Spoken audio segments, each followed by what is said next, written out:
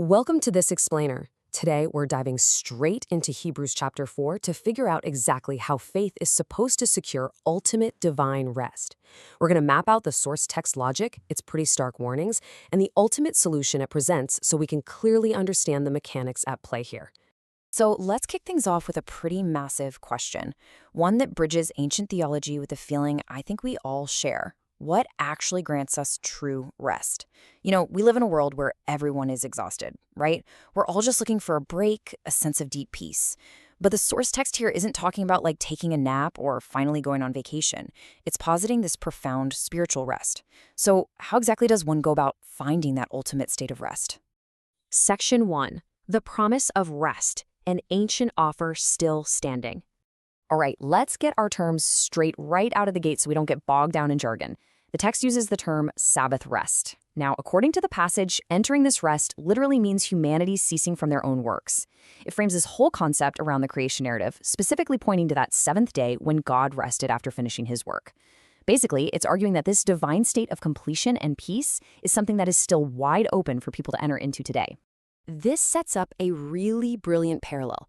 Think about God's rest. His works have been totally finished since the creation of the world. Now, compare that to humanity's rest. The text argues that for anyone who enters God's rest, they also rest from their own works, matching exactly what God did. It's this incredible invitation to step out of constant human striving and just step into a pre-established divine peace. But as the text is very quick to point out, just having the invitation doesn't mean you automatically walk through the door. Moving on to Section 2, the barrier of disbelief, why hearing isn't enough. The author looks back at previous generations who actually received this promise and reveals a pretty stark formula. Think of it like this. If your input is the good news, but your catalyst is disobedience, the result is missing the mark entirely. You fall totally short. But if that exact same input, hearing the message, is met with the catalyst of faith, the result is successfully entering the rest. The absolute crucial point here is that merely hearing the message, utterly useless on its own. The passage is super explicit about this. It flat out argues that, for those past generations, the message they heard was of absolutely no value to them. And why? Because they did not share the faith of those who obeyed. The missing ingredient wasn't information. They already had the information proclaimed to them. The vital element that prevented them from securing this divine rest was belief. They heard the promise, sure, but they met it with a hardened, faithless response. Which brings us to Section 3, the urgency of today. The window is now. If we trace this historically, it's kind of like a giant puzzle that shows why a future rest was always intended. It starts at creation, where God rests. Fast forward to Joshua's era. Joshua famously led the ancient Israelites into the Promised Land, which, was supposed to be a place of rest. But the text makes this fascinating logical leap.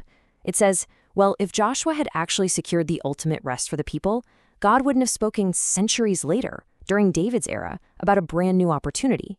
Since David is still talking about entering rest way after Joshua, the true Sabbath rest must still be out there, waiting. So the real takeaway here is that the text frames the pursuit of divine rest not as some ancient history lesson, but as an urgent, immediate opportunity for you. It quotes David saying, "Today, if you hear his voice, do not harden your hearts." The author uses this to tell the audience that the window of opportunity is right now. Today is the active time frame for belief. It's a direct, piercing warning. Do not repeat the historical mistake of hearing the promise and responding with a hardened heart. Section 4, the living word, the mechanism of accountability. Now, check out these metaphors. They're incredibly poetic, almost anatomical. They describe the word of God not as static words on a dusty page, but as something alive and active. It's compared to a double-edged sword. Actually, fun historical fact, the author is likely referring to the Roman Machaira or gladius, which was this devastatingly precise weapon meant for close quarters combat. The implication here is that the divine word isn't passive. It's an active, surgical instrument designed to cut straight through deception. This tool is laser precise. It claims to penetrate and divide soul and spirit, joints and marrow. It's separating the absolute most inseparable parts of human existence. Ultimately, it says this word judges the thoughts and attitudes of the heart. Basically, the case being made is that you cannot fake your way into this divine rest. The active word of God acts as a scalpel that exposes exactly what your true intentions are, perfectly separating genuine faith from hidden disobedience. With a very sharp analytical tone, the text concludes this thought by stating that absolutely nothing can be hidden. Everything is uncovered and laid bare before the eyes of him to whom we must give account. It is a comprehensive, no-exception statement of absolute transparency before a divine judge. If faith is the only way to secure rest and disbelief is the barrier, this mechanism of accountability ensures no one's true state flies under the radar. You are entirely exposed. But hold on, because the text doesn't just leave us stuck in that uncomfortable spotlight. Section 5. The empathetic high priest, the ultimate access point. The text beautifully contrasts these two ideas to resolve the massive tension it just created. Think about the terrifying vulnerability of being completely laid bare before the eyes of a distant judge. Now compare that to an empathetic high priest identified as Jesus, the Son of God. The passage explicitly states that this high priest is unable to empathize with human weaknesses. Actually, it's the exact opposite. He was tempted in every single way just as humans are, yet he did not sin. He bridges that vast gap between the flawless judge and the flawed human. Because this empathetic figure ascended into heaven without yielding to those human temptations, the text argues that believers are empowered to do two vital things. First, hold firmly to the faith they profess, which, remember, is that required catalyst from our formula earlier. Second, it empowers you to approach God's throne of grace with absolute confidence.